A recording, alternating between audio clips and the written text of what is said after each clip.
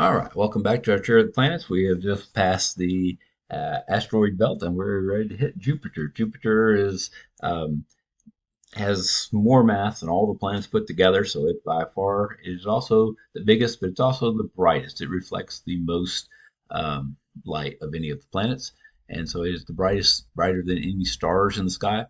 You can see some moons here, just for the record. Uh, some of the moons were identified back in the 1600s because they were big enough to be seen as well, and so we know more about it. We have it has a giant eye spot over here, which seems to be a huge and permanent cyclone in its atmosphere. So anyhow, let's talk a little bit more about it. All right. Basically, a day on Jupiter is 10 hours. Okay. So you would have almost 2.5 days in the same length of one Earth day. So it's spinning very fast on its axis. Now, all these outer planets, we call them gaseous giants, but they originally had a rocky metallic core that was bigger than the other planets, which enabled them to not only pull in, of course, other debris like that, solid debris, but also gases and stuff. And so these planets were able to trap most of the gases and so forth around it. Whereas some of the ones closer in may have lost their atmospheres to the sun's gravity or things like that. Not the Earth, thank goodness, but some of the others. Now, Mercury particularly. So anyhow, so it does have a rocky metallic core. Okay, and as do all these. It also has a ring system. All of these outer planets have. Saturn is the most well known because it has the biggest and or easily seen rings. But almost all of these planets have at least a faint ring system as well. Okay, now as when the sun ignited, it blew away all the excess gases in between except for what was trapped by these outer planets. Okay, the atmosphere. I'm sorry. One day we said is in 10 hours, so it rotates on its axis once every 10 hours. Now, because it's spinning so fast, and because the large parts of it are gaseous, it tends to be a little flattened at the poles, a little more so than and some other planets would be. Its atmosphere, though, is 82% hydrogen. Okay, so high concentration of hydrogens, which is something we associate with stars. Okay, but Jupiter has a rocky core, and it did not ever get to the point where it would undergo fusion, so it could never become a star. But in a sense, it's similar to that. It's also 17% helium, so you got hydrogen and helium there. Okay, and about 1% methane, which is CH3, and has a little bit of ammonia and other things as well. Okay, half of the mass we think is a liquid hydrogen ocean. So there's enough pressure and so forth that it's actually a liquid. All right, and uh, they believe below that there's a uh, liquid metallic hydrogen, and you have just abundant electrons just flowing around, so it has very strong magnetic fields because you've got this electrical flow, and that creates a strong magnetic field. All right, like I said, it had a faint ring. It has now we know up to about 60 moons that we know of so far. So it's like its own mini solar system going around it. So just a few moons that we were seeing, like I said, very early on. Now we know there's up to almost 60 of them there. So of those moons, Io, which is spelled Io, by the way, is one of the more famous ones because it has more volcanic activity on it than anywhere else in the um, solar system that we know of. All right. And Europa, which is like Europe, but with an A on the end instead of a E. And it is very interesting because its surface is made of ice or frozen water. And we think it's possibly, don't know for sure because we can't see below it, but possibly there's a liquid water ocean beneath it. And so, well, how does it keep from freezing? We think there are such strong tidal pulls on the water by Jupiter because it's so big that the movement keeps it liquidy. But once again, we don't know exactly. But some people suggested that since there's liquid water there, maybe there could be life forms, microbes or something like that living there, just like in the underground frozen water in Mars. Maybe there's some places where some of that is melted enough to have um, microbes. Are there? Probably not. Pretty sure you're going to find more in the Martian or anything like that on Mars or Jupiter, okay, or even Europa. But it's very interesting because it's one of the few places we think in the solar system there might be large amounts of liquid water. All right, all right. So that's Jupiter. On to Saturn. All right, Saturn is well known for its rings, okay, but it is also the second largest planet behind Jupiter, and it is brighter than any star in the sky except for one or two of the very brightest. So it's a very was seen very early on um, when people started studying the sky with telescopes and so forth. They can be seen with the naked eye um, at the right times. Now, um, interesting enough, as we get these planets, they get farther and farther apart. Okay, um, Mercury is a little ways to Venus, and it's a little bit farther to Earth. But going from Earth, if you leave Earth, you have Mars and the asteroid belt, and then you hit Jupiter. Now, from Jupiter, you have to go just as far from Earth to Jupiter to get to the next planet, which is Saturn. And then the farther out they get, there's farther and farther leaps, if you will, between the planets. Okay, so it's very far away. Okay, composed primarily of hydrogen and helium. Okay, probably has that metallic core again, a rocky core, but it's mostly made of hydrogen and helium, which gives it a very low density. Its density is zero point 0.7, which is basically water has a density of 1. So if you could put Saturn in a big bathtub of water, it would float. Of course, it'd be a really, really big bathtub, but that's okay.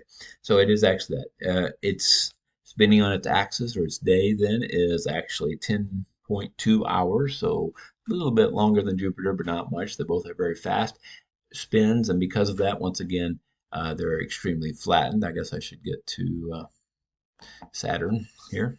Okay. Um, and so you can tell that it looks a lot more flattened even than Jupiter. You really notice it because it has such a high concentration of gases. So, while we're doing there, I skipped this on the last thing. There's Jupiter's moons. All right. And this is Titan. Um, we think has an ice covering on it with a liquid ocean underneath, and then has a metallic core with a rocky interior. But there we go. Okay, begin back to Saturn. Yeah, it has the best rings. Rings we think are just mostly frozen chunks of ice and rock, just like some of the others. These could be moons that never could get their act together and get enough gravitational force to pull them together, or the gravitational forces put on and therefore tidal forces, but really gravitational forces put on by Saturn may have been such that it tore moons apart. And so these are fragments of moons that tried to form or have formed and unformed. But anyhow, that's what we think the rings are made out of. Now, having said that, they still have 47 moons that are intact. All right. And the largest is called Titan. We've actually landed on Titan.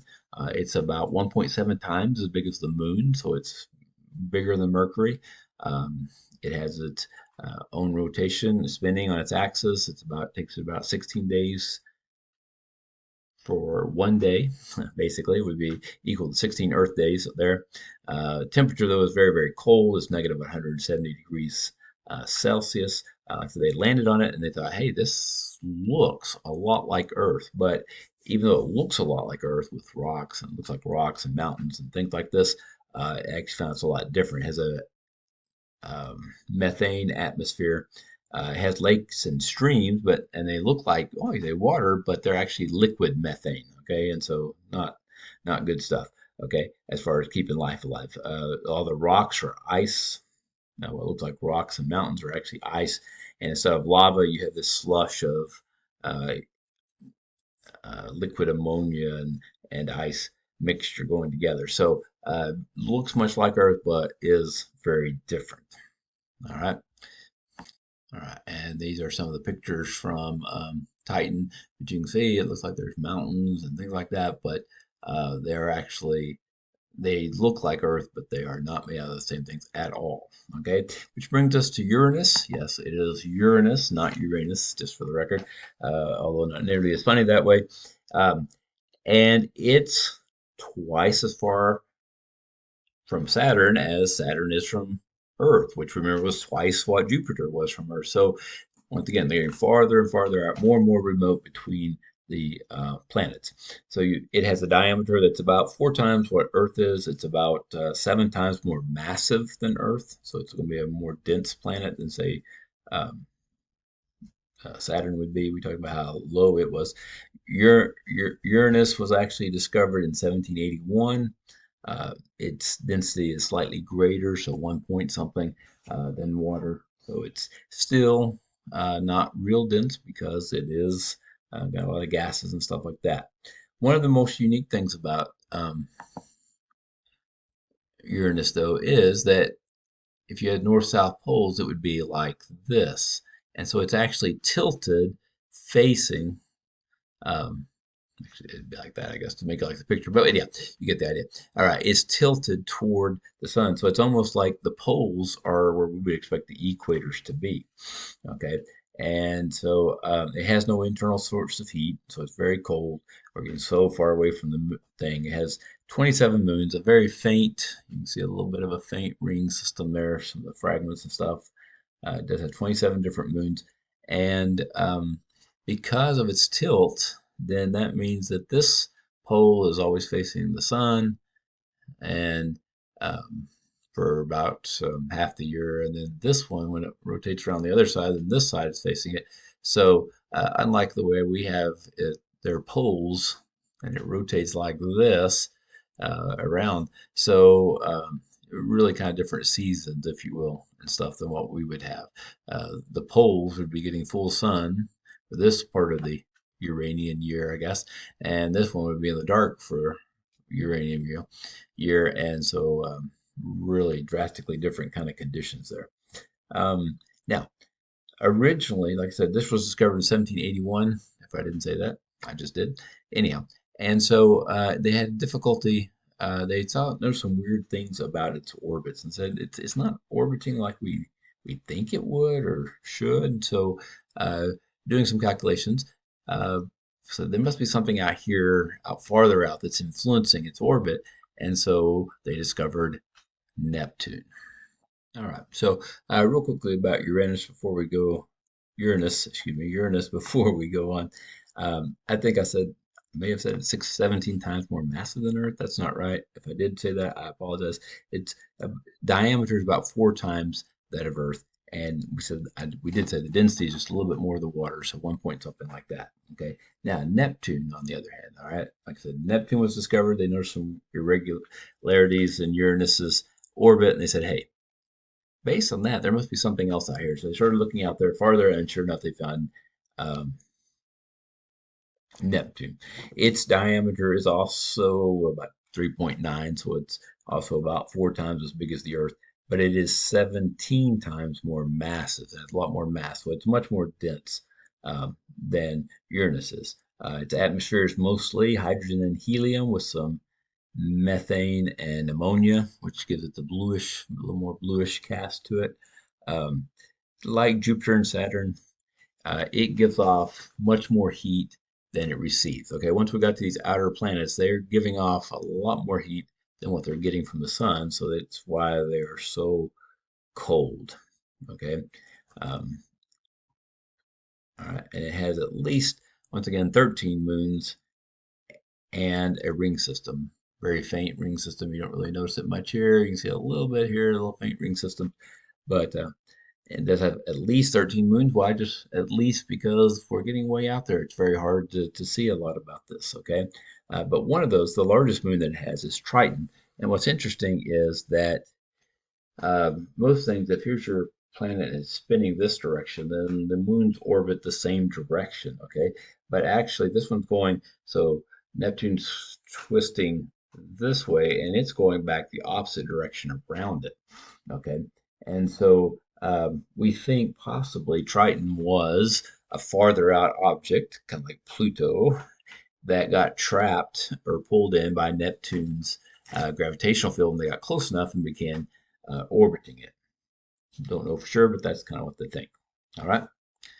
And technically, that brings us to the end of the solar system. What happened to poor Pluto? More about that when we get back.